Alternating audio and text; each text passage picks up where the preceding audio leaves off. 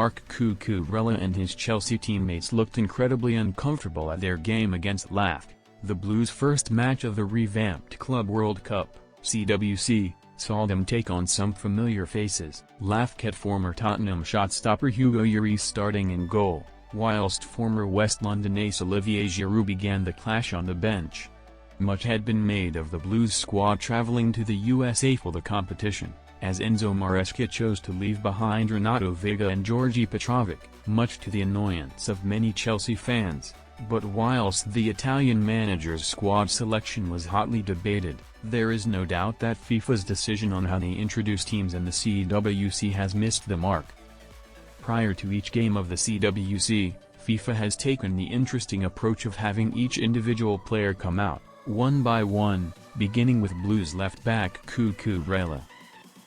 The players' names are then announced to the fans in attendance, although the empty seats in the Mercedes-Benz Stadium led to a muted response for the players' presentations. The decision to introduce each player, and then have them stand off to the side was not well received by former England international Stan Collymore, who said on X, "I genuinely felt for Cucurella, the lad looked like a rabbit in the headlights, expletive, honkingly bad idea and completely anti the spirit of football."